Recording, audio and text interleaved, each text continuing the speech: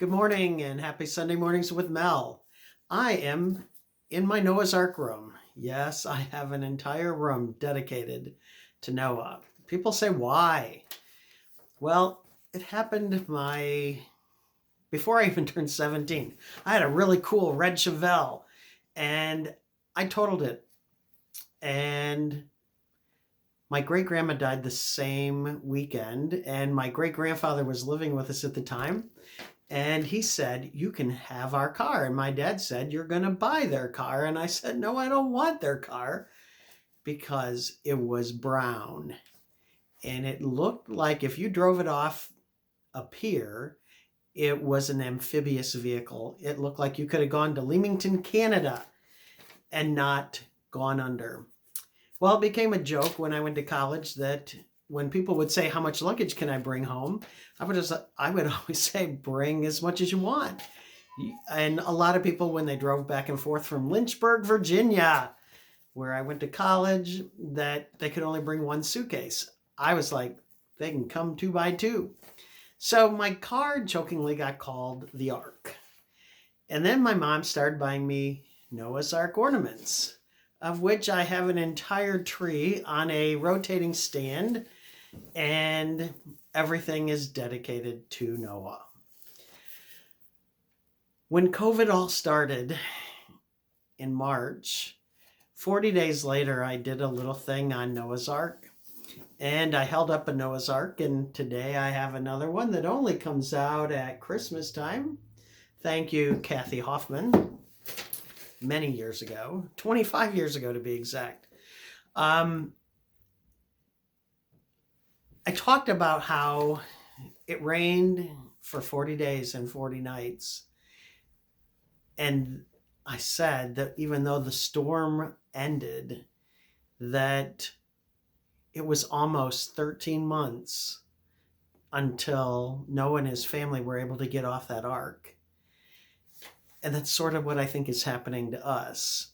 We thought it would be over and we could go back to life as we knew it in May or June, and that didn't happen, and then things got worse. But now the vaccine's out, and I am in sort of one of the first groups that is going to be able to get it. I don't know if I'm going to hold off a little bit since I just had it, but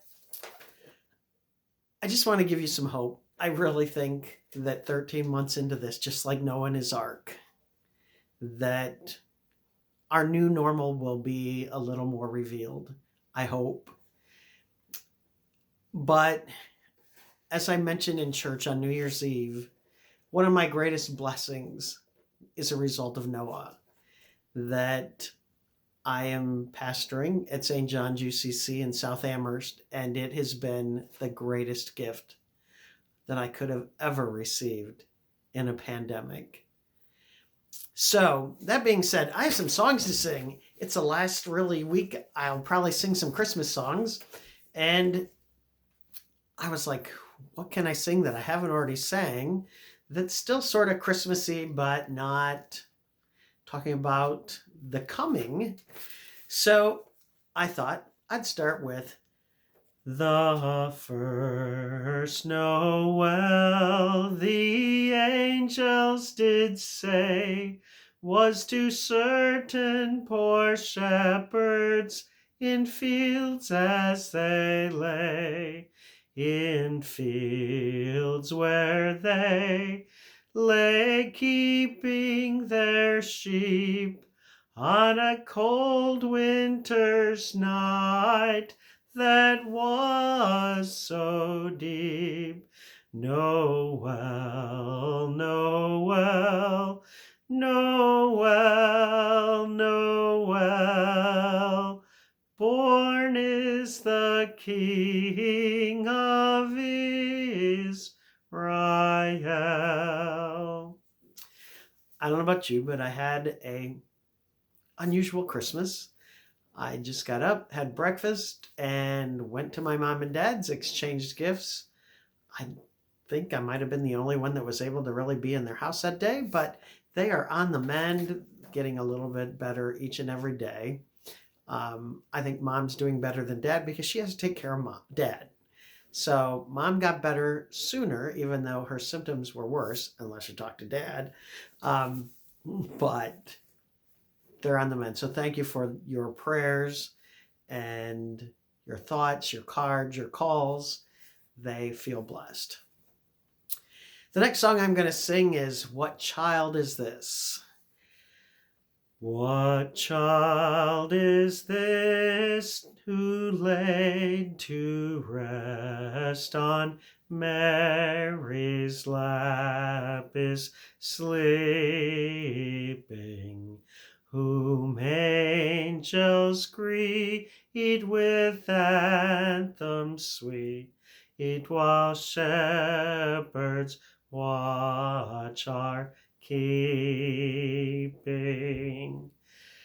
This is Christ the King, whom shepherds guard and angels sing. Haste, haste to bring him, Lord, the babe, the Son of Mary. I was looking for songs to sing, and I'm going to sing one I don't like. One of my least favorites is The Little Drummer Boy. That pa-rum-bum-bum-bum, bum-bum-bum-bum, bum-bum-bum-bum sort of gets on my last nerve. And it did ever since I was a kid. You know what I think happened? Is in 6th grade when I tried out for band, I wanted to play the drums. They told me I couldn't. So I think maybe since then I've hated The Little Drummer Boy. I was envious.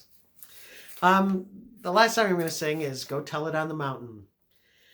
Go tell it on the mountain, over the hills and everywhere. Go tell it on the mountain that Jesus Christ is born. Down in a lowly manger, our humble Christ was born. And God sent us salvation that blessed Christmas morn. Go tell it on the mountain, over the hills and everywhere. Go tell it on the mountain that Jesus Christ is born. So, be safe. Just be patient. There's a Bible verse that we're going to talk about tomorrow at church, and it's from Isaiah chapter 43, verses 18 and 19. And it says, forgetting the former things, do not dwell on the past. See, I am doing a new thing. Now it springs up. Do you not perceive it? I am making a way in the wilderness and streams. I think God's just making a new way for us. And I have to think, because of the blessings I've already received, that it's just going to get better. So if I don't talk to you before New Year's, Happy New Year, and may great things come to all of us. God knows we deserve it. Goodbye, 2020. If you are looking for a place to worship, we are having in-person service at 204 Leonard Street, St. John's United Church of Christ in South Amherst, just off of 113 South. It's also Quarry Road. So I hope to see you, no matter who you are or where you are in life's journey. You are always welcome at St. John's.